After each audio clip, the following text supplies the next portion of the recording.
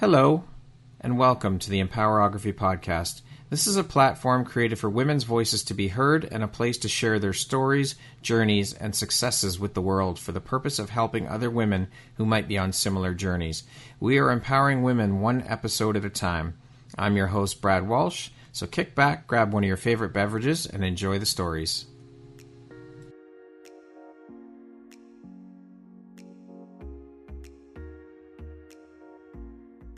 What if I told you the only thing standing between you and your next big opportunity is your voice? This isn't just another program. Empower Your Message is your ticket to becoming the podcast guest everyone wants.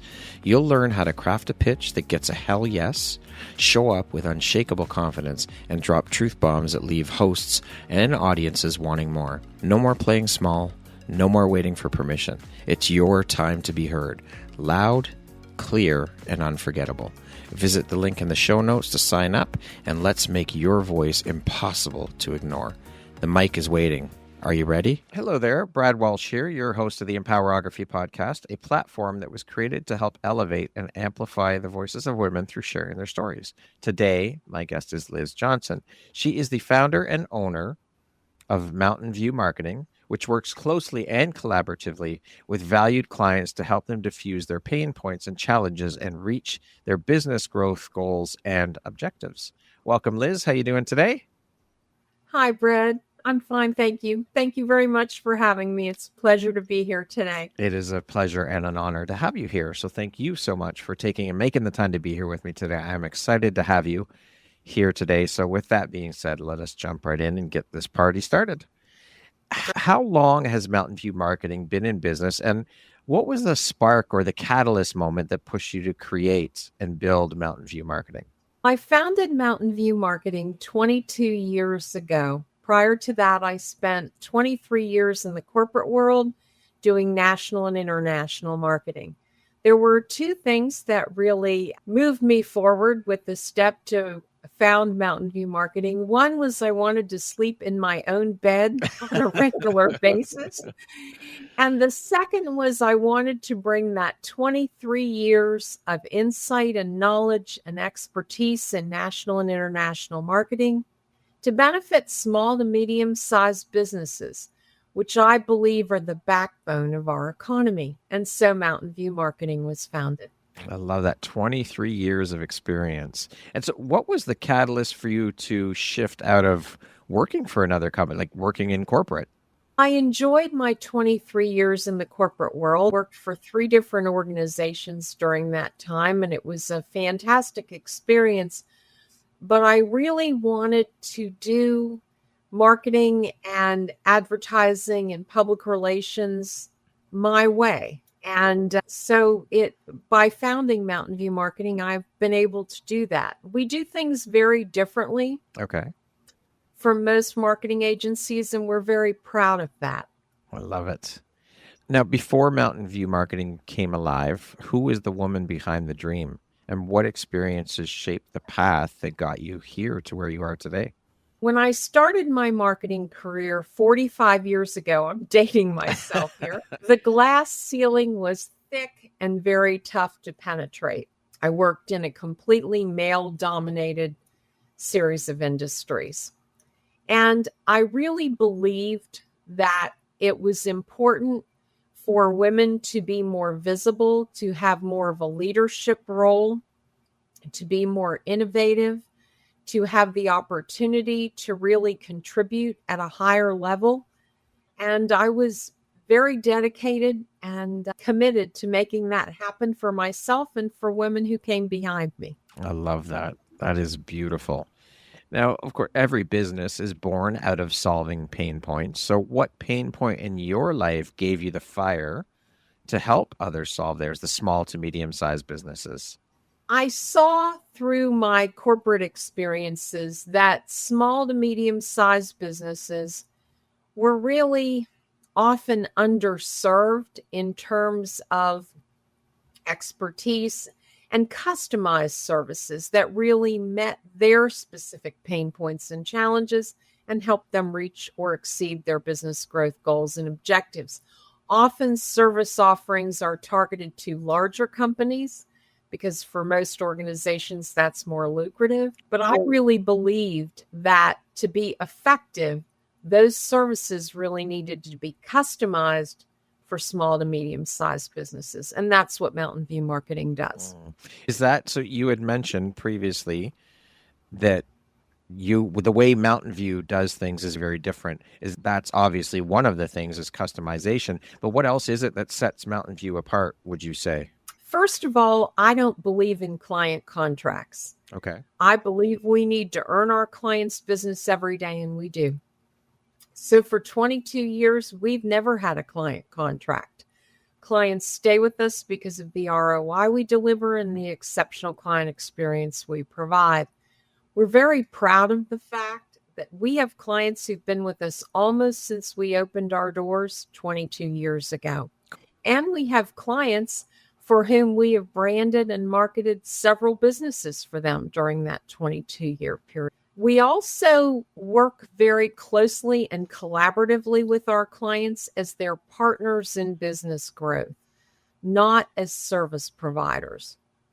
That changes the dynamics significantly because we really work shoulder to shoulder with our clients to really do a deep dive into their pain points and challenges and their business growth goals and objectives so we can create that customized, not cookie cutter approach to diffuse those specific pain points and challenges they experience in the marketplace and help them reach or exceed their business growth goals.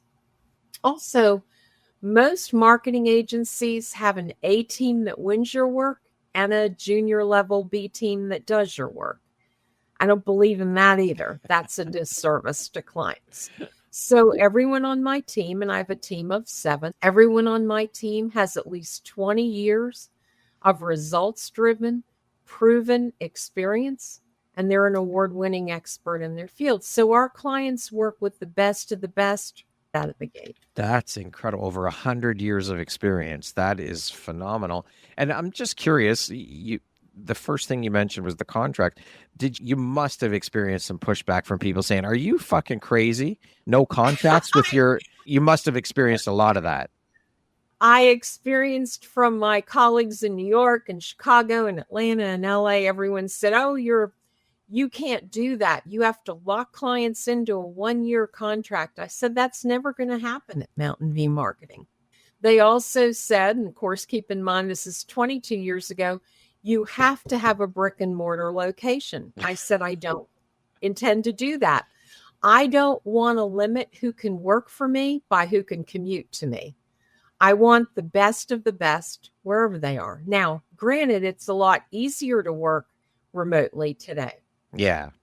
But we have had a remote team for 22 years. I'm out in the greater Piedmont region of Virginia, about an hour and 45 minutes outside of DC. I have 2 team members out. The rest of my team is in Northern Virginia, Washington, D.C., and up in New Jersey outside of Philadelphia. Wow. So I was able to cherry pick based on expertise, not geographic location for my team. Now, had you worked in some way, shape, or form with each of your employees that you now do employ? Had you had previous experience working with all of them? No. No? Okay. No. Wow. Not with any of them. Oh, wow. Amazing. I think I interviewed 56, 57 videographers before I hired someone. I'm very particular. I want the best of the best for my clients. And that's what we provide. That's amazing. So looking back now, what was the moment you realized that you weren't just building a business, you were building a movement? Obviously, you've done things very differently. So I have. And everyone said to me, "You are never going to be able to survive like this." Guess who has the last laugh, people? Later, yes, here I am and my team. I think what really is the fuel for all of this is to do what you're passionate about. Really drill down and discover what your true passion is, and then pursue that in the way that really works through your lens of integrity, professionalism, and ethics. I I have love that. to like who I see at the end of the day in the mirror, And I do. That's everything. You hear a lot of people with what you just said about figure out what your passion is and do that. I've heard people say, how can I make money at my passion? And all of these other objectives and roadblocks and hurdles that they put up in front of themselves. I've also heard people say that as I leapt into photography, that was my first foray into entrepreneurship as a photographer. And I had people telling me that you can't do, there's so many photographers out there. How are you going to compete? All of these different things. But I also heard people saying that's something you love. That's your passion. Don't you think that there's you'll get tired of it because you're doing it for a living?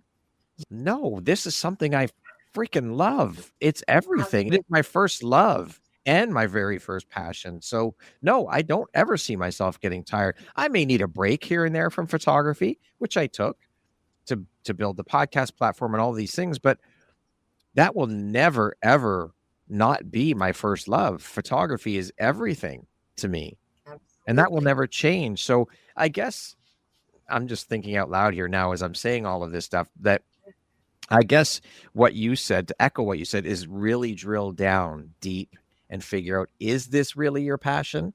Because if you're thinking that way, if you're thinking along the lines that, what if I get tired of it? What if my passion, I get tired of doing it as a job and I lose the passion for it, I lose the love for it or interest because it's become a job, then maybe that's not your passion, your true passion. I've been in marketing, branding, marketing, advertising, and PR for 45 years and involved with websites and social media for 20 years. I've never gotten tired of it. It fuels me in a way that's hard to describe. I really get great satisfaction from helping small to medium-sized businesses thrive. And I enjoyed achieving the same for large businesses in the corporate world. I have a passion for small business, and I've been interested in marketing since I was very young. My dad was a marketing executive. Okay. So I suppose I come by this genetically. And I was always fascinated with what he did and the results he achieved. Could you ever see yourself doing something else? No.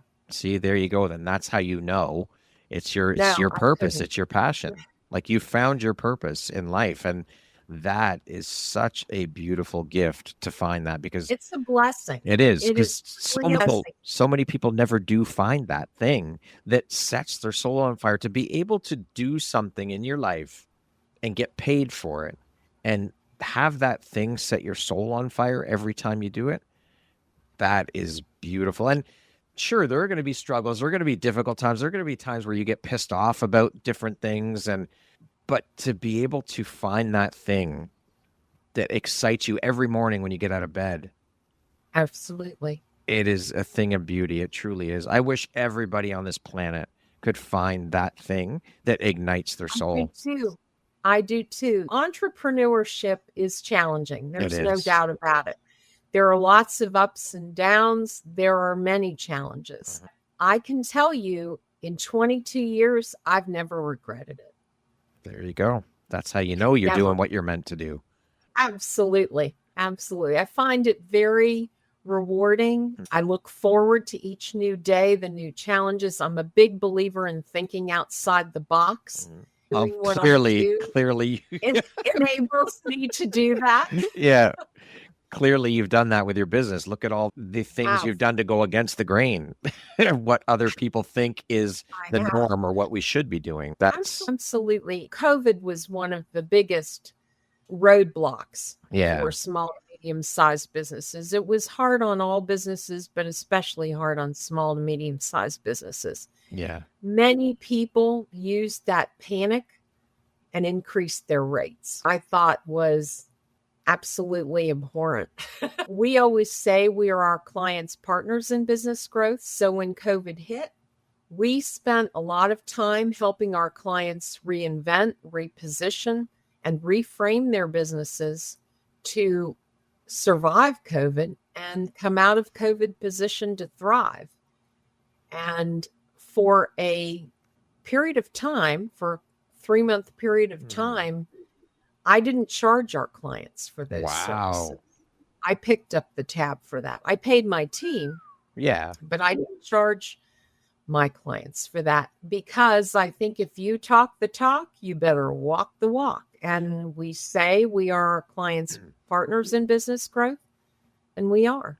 And I have to tell you, we probably have the most loyal clients on the planet today I'm sure. because of that. Yeah, absolutely. That's when you think about it, really. First of all, you've got to have the money to be able to continue to pay your staff during deciding to do something like that. And I'm sure you discussed it with all your staff members before you actually did it. But that doing what you did, that's a win-win, because if you didn't offer it to your clients and they happen to go out of business because of it, you lose too. You're losing business as well, because then that business is gone. How does that benefit anybody? Absolutely. And I just thought it was the right thing to do. I was also very fortunate during that time period to have been invited to join a female CEO mastermind called Reinvention Jumpstart. Okay.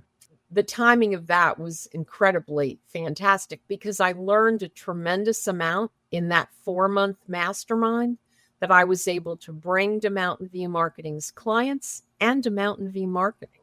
Amazing. I love that. What is one failure or roadblock that taught you more than any success ever could have? I would say when I first started the company, I cultivated several very large clients.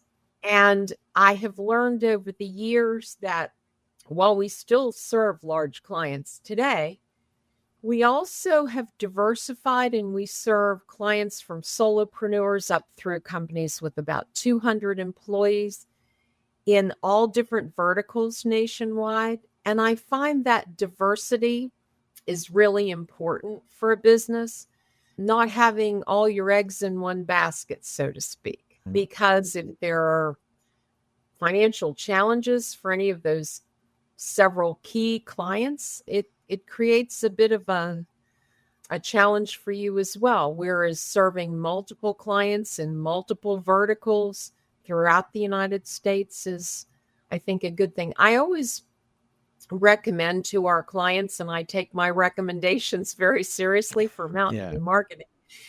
I think it's important to have a primary target market and a secondary complementary yet different target market.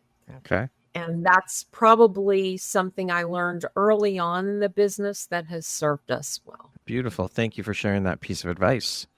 In building Mountain View, what did you have to unlearn about business, leadership, or even yourself to grow to where you are today? I don't know that I really unlearned anything. I tapped into what I believed very strongly, and it has served me well. I have a couple of golden rules.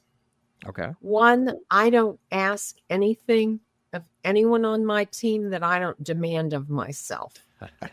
Yes. And that has been true since I got my first promotion in my mid-20s.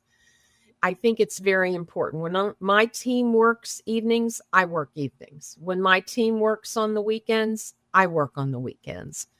It's a very collaborative culture here, both internally and externally with our clients. That's really important. The other thing that I think is also critical is that you constantly deliver value.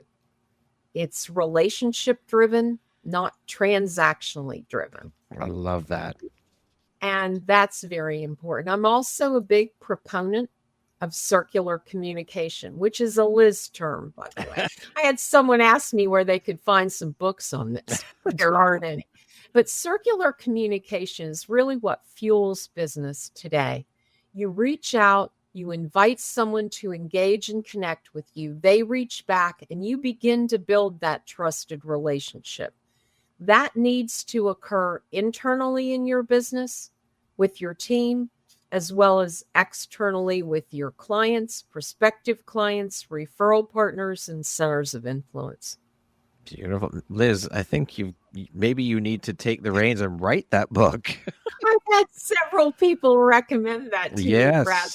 Things, and I get some time, I think I will, because I think it's very important today. It's what fuels deeper relationships and better business all across the board. Relationships are currency. They are everything. Absolutely. They Not are just in business, though. In life, we need absolutely. relationships. They are the lifeblood. It is absolutely everything in You're absolutely entrepreneurship, right. in life. It is, you could have tons of different clients, but if you treat tons of different clients, but if you treat your relationships like shit, what good is that?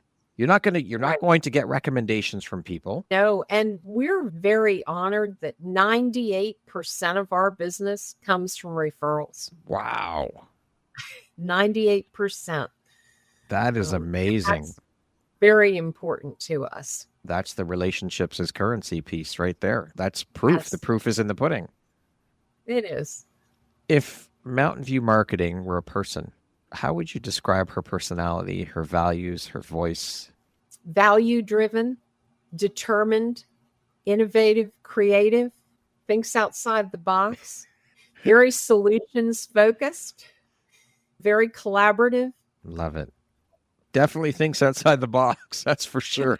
Yes, yes, definitely. I think that's a good thing. A lot of people have had questions about that over the years. Can you really sustain this? Can you really grow this way? Can you really be successful? I think if you come from a place of service and dedication and devotion, and you're willing to work hard and make a positive difference, many things are possible. Agreed with you 1000%. We are all here on this planet to be in and of service to one another. That's a big Yes. part of why we're all here. So why would it Yes. be, or why should it be any different in business? Many people have a very transactional view Yes. of business, and I think that's a disservice to everyone. Agreed. Everyone's different. They have to do what they're comfortable Yeah. with, but Yeah. that's not something that I'm comfortable with or anyone on my team is. No, I'm not comfortable with that either. And that's a lesson I learned quite early on in my entrepreneurial journey is, and I had to learn the hard way. I was of that transactional mindset until I got a mentor who showed me the proper way. Is no, you cannot. Like as a photographer, I would go in and meet with potential collaboration partners, businesses to work together with them. And I would go into these meetings with the mindset of what am I going to get out of this? How do I benefit in this? And that mentor completely shook up and shaped everything going forward. It's like you cannot do that. You are going nowhere fast if you continue on that path. You have to go into these meetings with the mindset of how can I be of service to you? How can I help you? Yes. What can I do for your business? It will come back to you. I promise you, as I sit here right now, I guarantee you it will come back to you. You have to go in with does. that mindset. You have to. There's no other way. You have right. You have to come from the mindset, how can I provide value to you? Yes, And absolutely. everything comes from there. And if you lead with that, if you Yes. look for ways that you can provide value, the rest of it comes. It's not why you're doing it. No. It just happens to be the outcome. That When I also, do one-to-one with someone, I'm always, yeah. instead of going in, and I've done one-to-ones with people who are in it to see what I can do for them. Yeah. That's very off-putting right out of the Yeah, gate. for sure. I come into it with how can I help you? How can I deliver value to you? How can I work collaboratively with you? And I think better things happen For when sure. you have that approach. Absolutely. And that also ties right back into the relationships, our currency piece. Because Yeah. when you go in with that, you're going to create beautiful relationships, collaborative relationships that are mutually beneficial. And that's what it's about. Absolutely. It's everything. Absolutely. Everything. It Absolutely everything. is. It is. As I said, we do things a little differently, and we're very proud of that. And so you should be 100%. What is the heartbeat behind Mountain View Marketing? Like the why that most people never see on your website, your bio? I think it's really hard to put into words that passion, that dedication to make a positive difference in the lives of those around you. That's how I was brought up. I had the most amazing mom and maternal grandmother known to mankind, and they really brought me up with the philosophy that we are all called to make a positive difference in the lives of everyone around us every day. And they did that throughout their lives. It was truly admirable. And so I try very hard to bring that attitude forward. And it's tough to put that into words, but it really is very genuine and authentic. Beautiful. I love that. Yes, it is. It is hard to put that into words. I agree with you 100%. In your experience, what role does authenticity play in building a magnetic brand today, in today's day and age? It's critical. Okay. Statistically, I can share with you that 94% of all clients are loyal to a brand that is completely transparent and authentic. And it's so important. People want to know who you really are. They want to get to know your values, how you came to do what you do, what your story is. They want to connect with you. And that only comes through transparency and authenticity. You say that, and I agree with you wholeheartedly. And it really is, when you think about it, it's very simple. It's pretty basic, a pretty basic concept. Yet so many businesses don't do it. Well, they believe that they need to portray an image of what they want to be instead of where they are and who they are. There's nothing wrong with saying to someone, that's not something we do, or that's not something we do well. Yeah. I'm a big believer in we do what we do exceptionally well. And if we don't do it exceptionally well, we don't do it. And I think that honesty and authenticity is really important to really let people see your business for what it actually is, for the value you provide, for how you can be of service to them, not for what you think it should look like, but what it actually is. For sure. This is something that another lesson I learned early on with the photography piece of it. And I've had many conversations with other photographers about this type of stuff. And if someone comes to me and they want me to shoot their wedding, I'm not going to do that because that is not my lane. I don't do that. Right. That's doing you a disservice. If I say, yes, I'll do it and I'll figure it out, that's not good for business. Secondarily, what you can do to further that is, hey, you know what? I have some recommendations for you. Right. Here, reach out to these people. I think that going that extra step, like you could just end it at, no, that's not my thing. Sorry, I can't help you. But why wouldn't you just say, hey, listen, I do know a couple of other photographers I can recommend that this is their area of expertise. This is their lane. Here are their numbers. Exactly. Here's their contact info. Reach out to them. They will be of much better service to you than I ever could. And that way you're helping more than just the business. You're helping other photographers grow their business too. Right. When you can be a good referral partner for people, that's very important. For example, at Mountain View Marketing, we don't do pay-per-click ads. Unless you do them all day, every day, it's very difficult to stay on the leading edge of those. And as I shared, if we don't do it really well, we don't do it. Yeah. But I have two colleagues, trusted colleagues, who excel in pay-per-click ads. So if we have a client who needs those, that's where I send them, because they'll be in much better hands because these two colleagues do this all day, every day. Yeah. And they're very good at it. Yeah. And why not give them the business? Yes. And it benefits everyone. Right. You know, if you don't do something, be a good referral center for others who do that specific thing. Again, this is just a basic thing, though. It's very simple. It is. It is. So many people tend to complicate the shit out of things, though. It is a basic understanding. It's not hard. It's not rocket science here. No, you just have to really focus on those basic truths and basic principles and leverage that forward in what you do. Be a good human. Be a good human. Exactly. That's really what it comes down to. Be kind. Exactly. So many people struggle with it, though. It boggles my mind. But that's a whole other podcast episode. Absolutely. I think it's really important to give back. I Yes. know for me and for Mountain View Marketing, we have two causes we're passionate about. The first is cat rescue. Okay.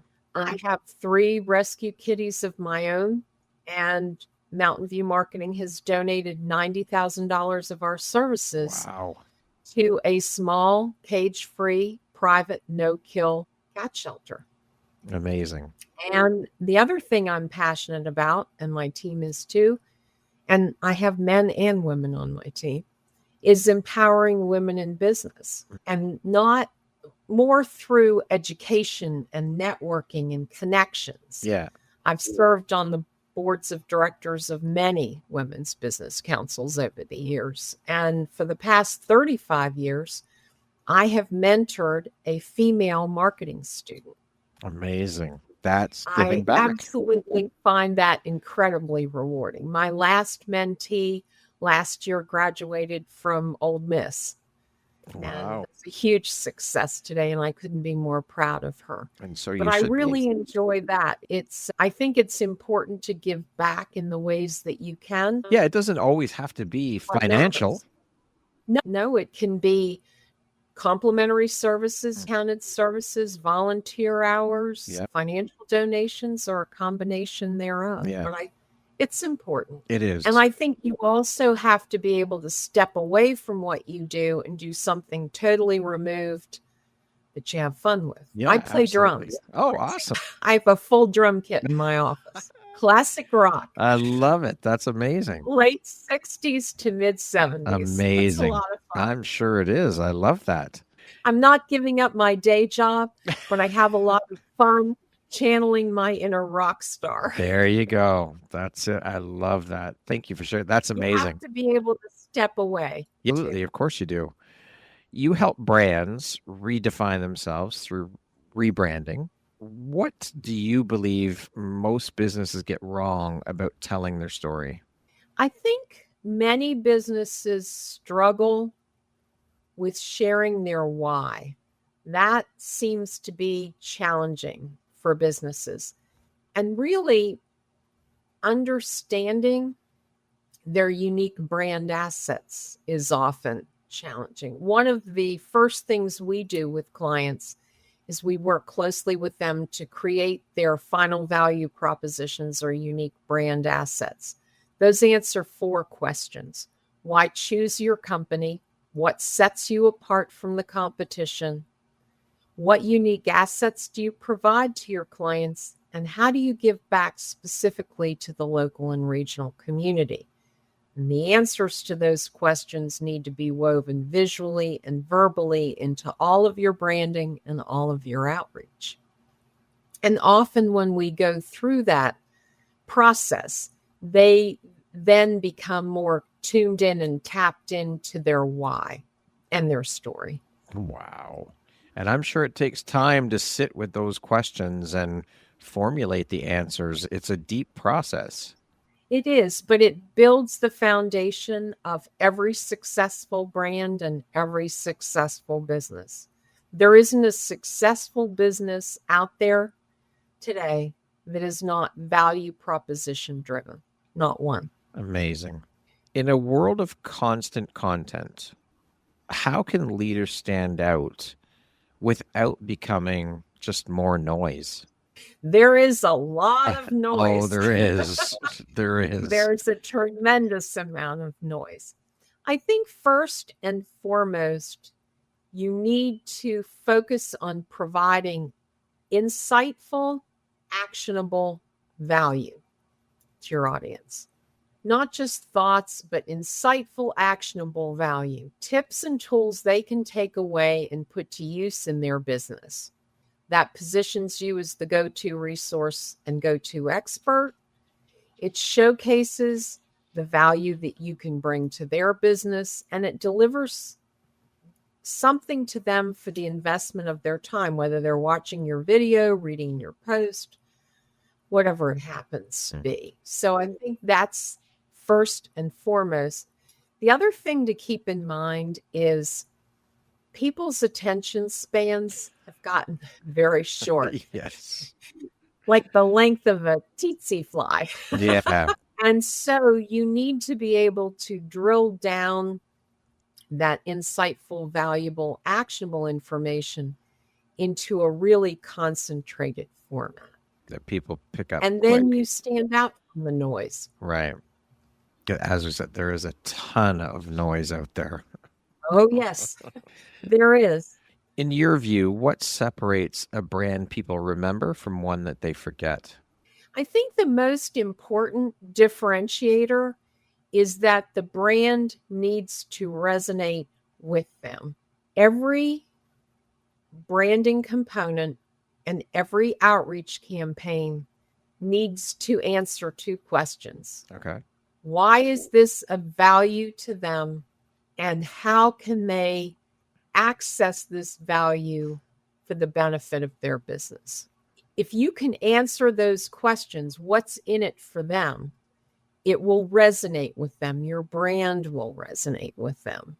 And in more specific terms, so often you see companies make these lofty, large comments.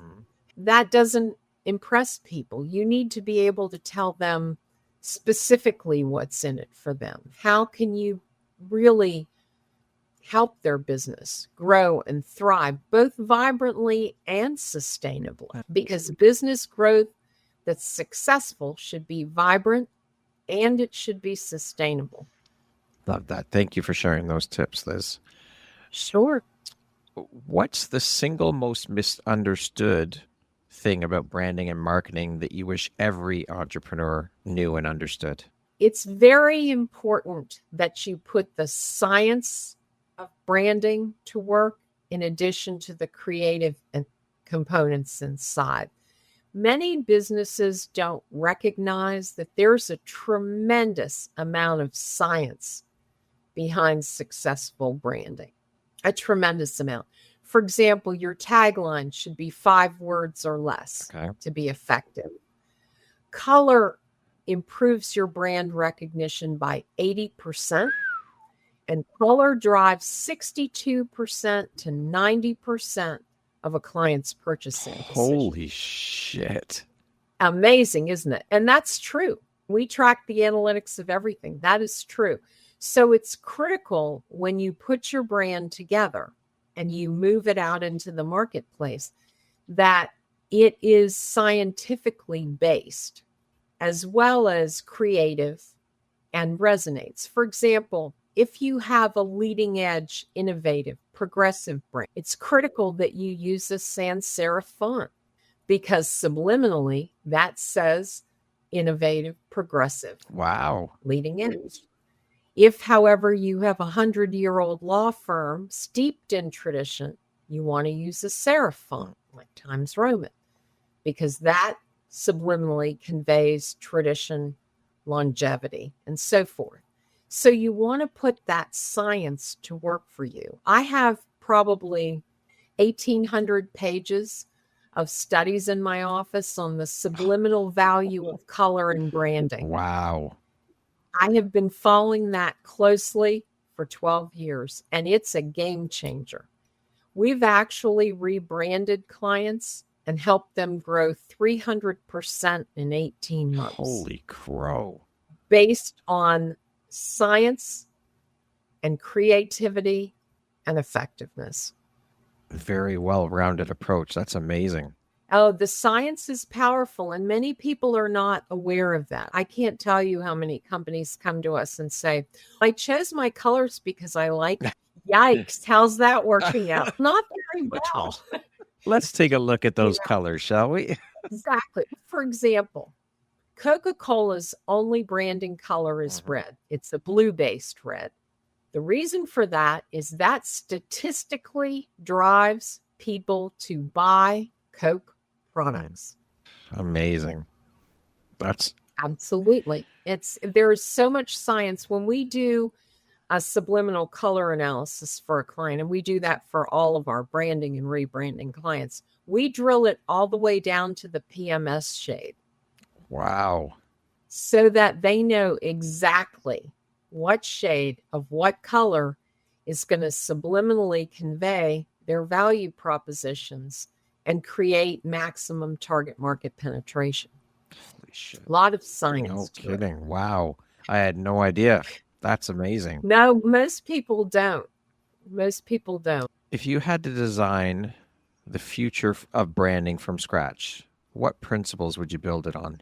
I'm a big believer in creating those final value propositions and unique brand assets first as the foundation of a successful brand. And many don't do that. And I think that's really critical. That's your launch pad for growth and success. And then again, putting the science to work, making sure you're aware of the science and leveraging the value and the impact of it. The subliminal value of all of these components is profound. Yeah. And when you put that to use along with creativity, which is very important, making sure that the brand is going to resonate with your ideal target markets. But when you combine those things, that's where the success happens. And I think so often pieces of that are not implemented. Yeah. When people hear the word marketing, they often think salesy or surface level. How do you define marketing at its deepest, most human level? For me, I think, and I'm aware that people have that belief and that perception, but really true marketing at the deepest level is building a relationship that is beneficial on a long-term basis and helps people relieve those pain points and challenges and reach or exceed their business growth goals and objectives. It's not salesy at all. No. And I actually did a series of videos with a colleague of mine who's a very well-known sales consultant and coach on the integration of marketing and sales, because they are often two separate silos in a company. Okay. There's a huge amount of data on the value of integrating those and what benefits they can bring to one another in a more collaborative environment. That was fascinating to really dive into. So why do you think then that not a lot of brands or companies do that? Do you think it's just that they don't know, or? I think that marketing and sales have always been silent, and that's how it's been done. So that's how they do it. You can't teach an old dog new tricks kind of thing. That's just the way it's always been done. But there's a huge amount of data on the value of integrating them. Yeah. And what each team brings to the other to benefit the companies. Companies, innovative companies that have fused their marketing and sales teams have seen 38% higher profits. Wow. From doing that. Yes, that's huge. That is huge.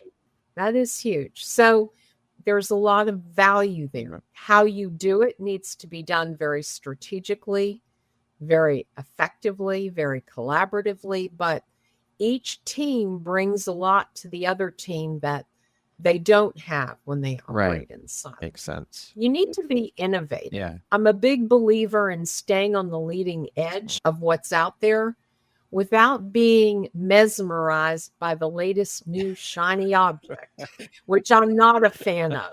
You have to do the due diligence and say, is this great?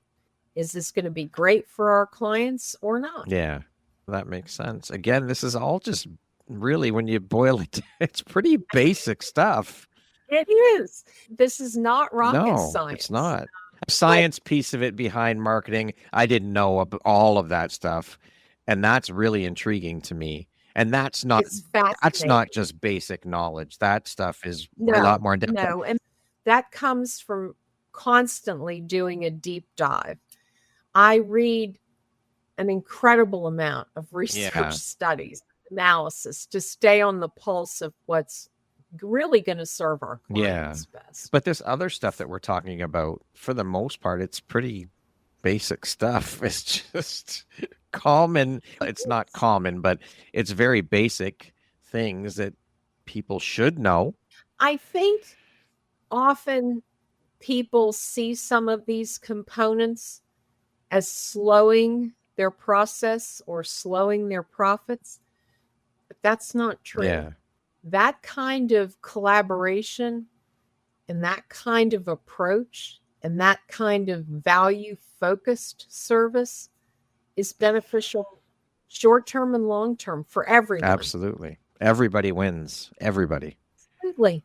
Absolutely. What is one trend in marketing that you believe is overrated, and what do you think should replace it?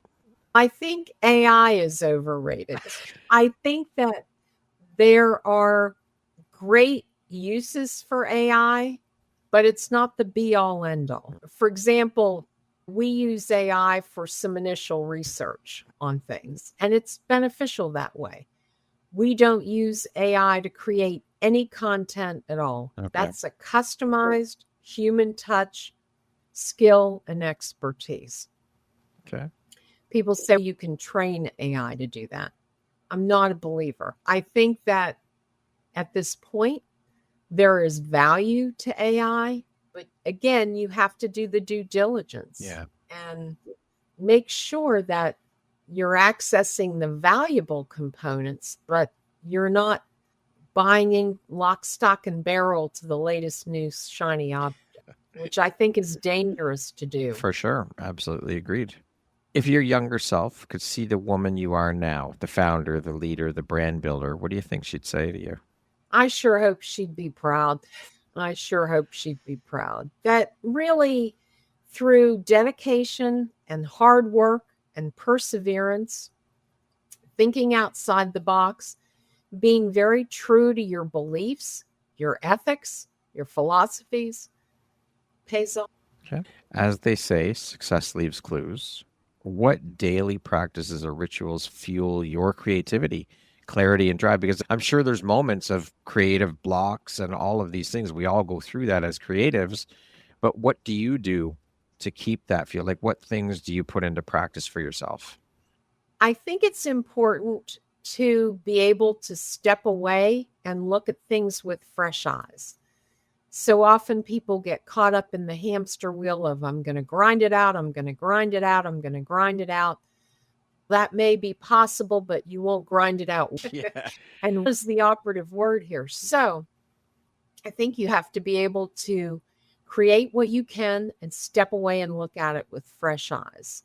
I have found that doing that really brings me a clear new vision. Also, being sure you're thinking of things outside the box. Don't be constrained. Really look at what's going to be most effective and what's most successful, and one step at a time. Yeah. Okay. If something seems monumental, tackle it one task at a time, one step at a time. Yeah. You make great progress that way. Yeah. What's the saying? You eat an elephant one bite at a time, right? I'm a vegetarian, so it wouldn't be an elephant, but yes. You get the point. It's just, it is. You have to take things slowly. Rushing through it is not going to get you anywhere. It's going to create havoc, and it's not going to be done properly. No, and I often find I will wake up in the middle of the night and have a great idea and jot it down. Yeah. I write some of my best ad copy at 3 a.m. There you go. I've been mulling it over and something has come to me and it clicks. Yeah. And I think that you just have to be open to that inspiration coming to you when it comes. Mm-hmm. It's not something you can turn on and turn off. No, you can't. Absolutely agreed with you.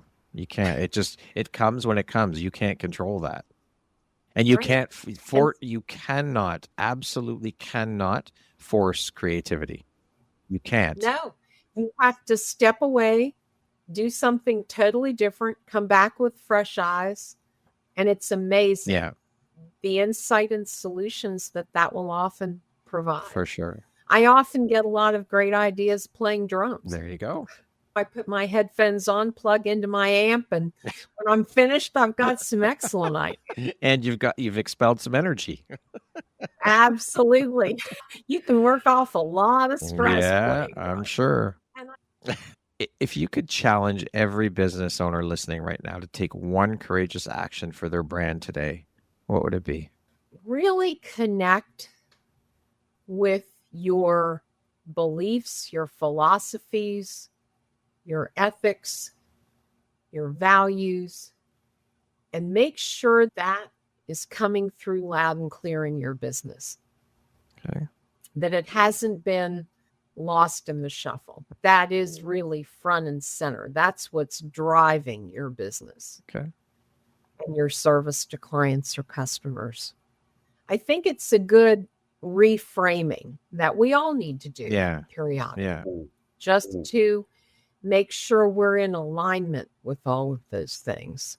And often the fast pace of life today makes that challenging. You get caught up in the zoom Oh, for sure. of life. And it's important to stop and really take a long, hard look through a lens of those components and reframe and make sure that's what's driving your business. Okay. Thank you for sharing that, Liz. If you could write a letter to women entrepreneurs, what truths would you want them to never forget? Don't underestimate yourself. Do what you're passionate about. Be willing to work hard. Be willing to learn, to grow. Raise the bar for yourself every single day. Love it. And there's nothing you can't achieve. I really believe that. I do too. I don't think there's anything people can't achieve if they're willing to work hard, really devote themselves and dedicate themselves to that accomplishment. Agreed. We are capable as human beings of absolutely anything we can dream up. We can do it. You just, as you said, you just have to be willing to put in the work and take the time, be patient. Patience is one of the biggest, I think one of the most important skill sets as an entrepreneur that you could have is patience, because it takes time to build a brand. It takes time to build a business, but we are totally capable of anything you can dream up. You can do it. There is a way. Where there's a will, there's a way. I think you also have to, I would encourage women entrepreneurs to be open to learning and growing from others. Yes. Women as well as men. Yep. Really look analytically. What do you really that they do? What doesn't work for you? Mm-hmm. How can you cultivate these behaviors or habits, or how can you build on that insight and expertise? Yeah. How can you put your spin on it, your special sauce? Exactly. But really coming from a place of dedication and hard work, and you have to love it though. Yes. To want to do that. Yeah, for sure. You really do have to love it. Otherwise it's a grind. Yeah, absolutely. And that's part of this hustle culture bullshit that I cannot stand. I cannot stand that way of thinking, that way of doing. It's not a way to exist. It's not a way to live. It's not a way to do business. It's bullshit. It's absolute bullshit, in my opinion. You want to deliver value and have that delivering value be fulfilling for you. Yeah, for sure.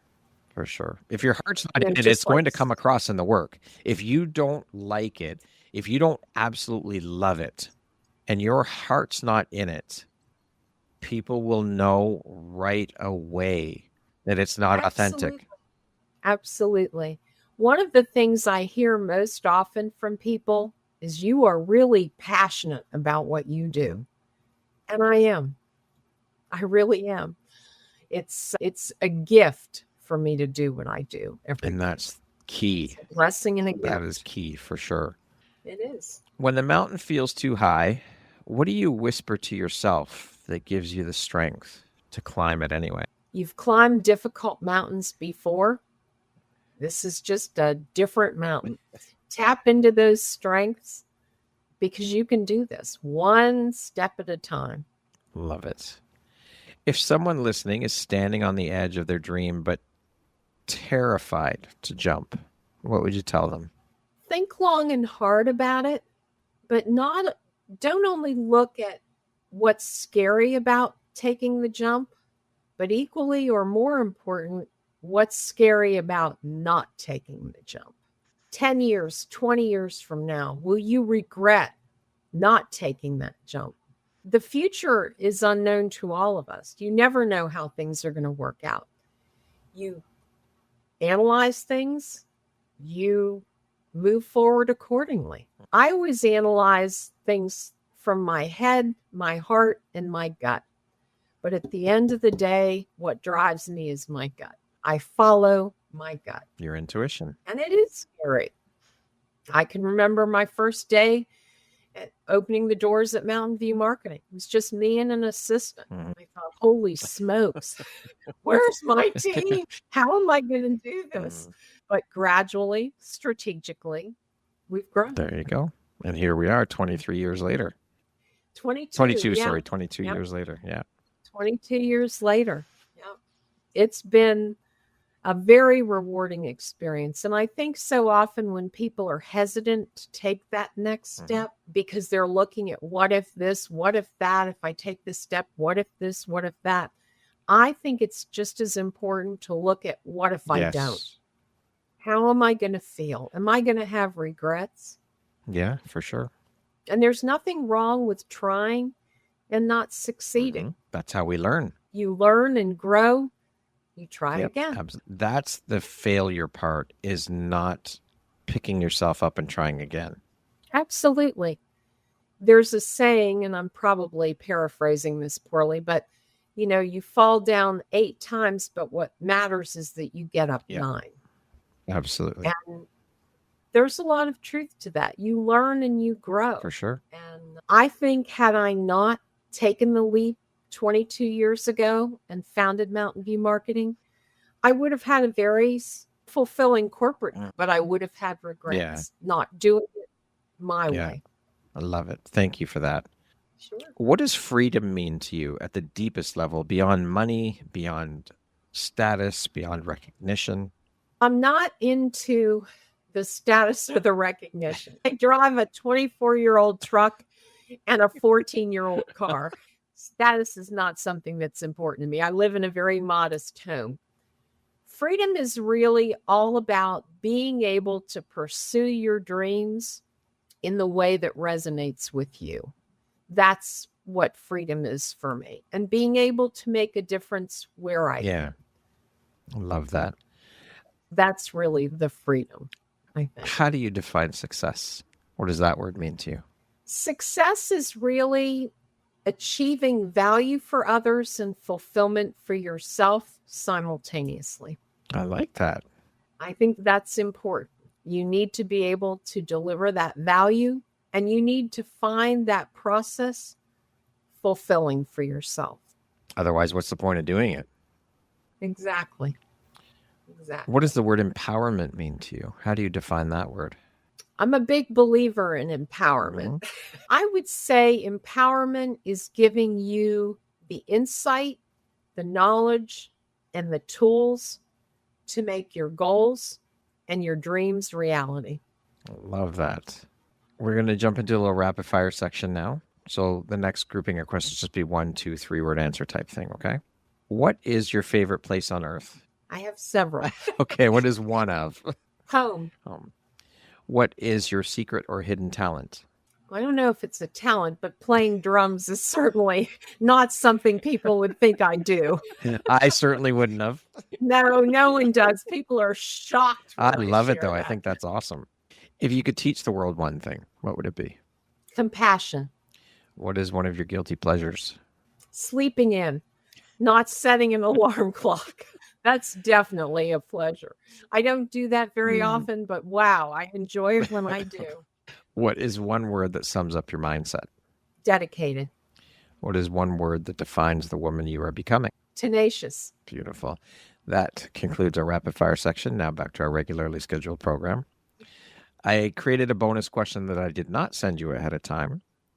What is one habit, ritual, or practice that has been a game changer for your personal growth? I'm a big person of faith. My faith is very important to me. And I start every day saying prayers of gratitude and thanks. Sets the tone for the day. And it's important to remind myself of all I have to be thankful for. I love that. And I do that periodically through the day. Gratitude is an attitude. The other thing I do to start my day is I make my bed. Yes, I've heard. I listen. Yeah. I've listened to a great speech from a retired military commander on if you want to make a difference today, make your bed. Yep. There's a lot of truth to that. For sure. If you could step into my shoes, what question would you have asked yourself that I didn't ask you? I think you've pretty much covered it. Thank you. I received that.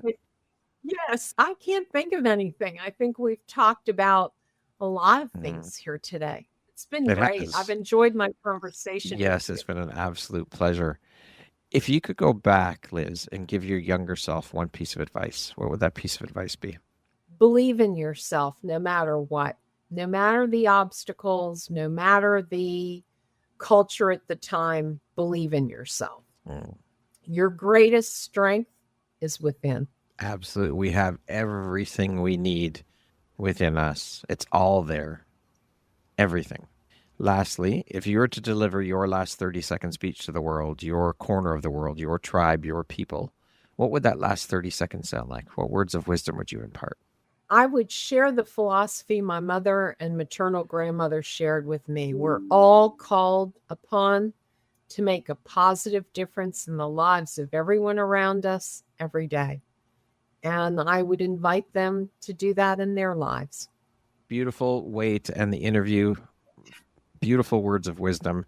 Liz, thank you so much for taking and making the time to be here with me today. I have thoroughly enjoyed our conversation. It's been so much fun, an absolute pleasure having the opportunity to sit down and share in your story, your journey, and the beautiful light you put out into the world through the work you do. And just to be in your space and to be in your energy and to share in all that your ideals, your beliefs, it has been so much fun. Thank you so much for being here with me today.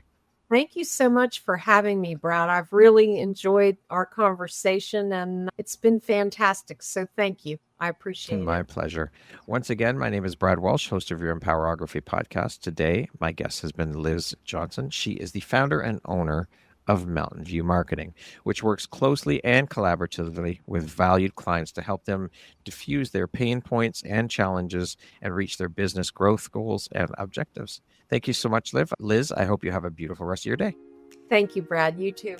Thank you very much for listening to this podcast. If you haven't yet, please be sure to subscribe, rate, review, and share with all your friends. You can find me at visuphoria.ca. Follow me on Instagram at Empowerography Podcast and on Facebook at Empowerography. Please join me next time for another inspirational story from yet another amazing woman.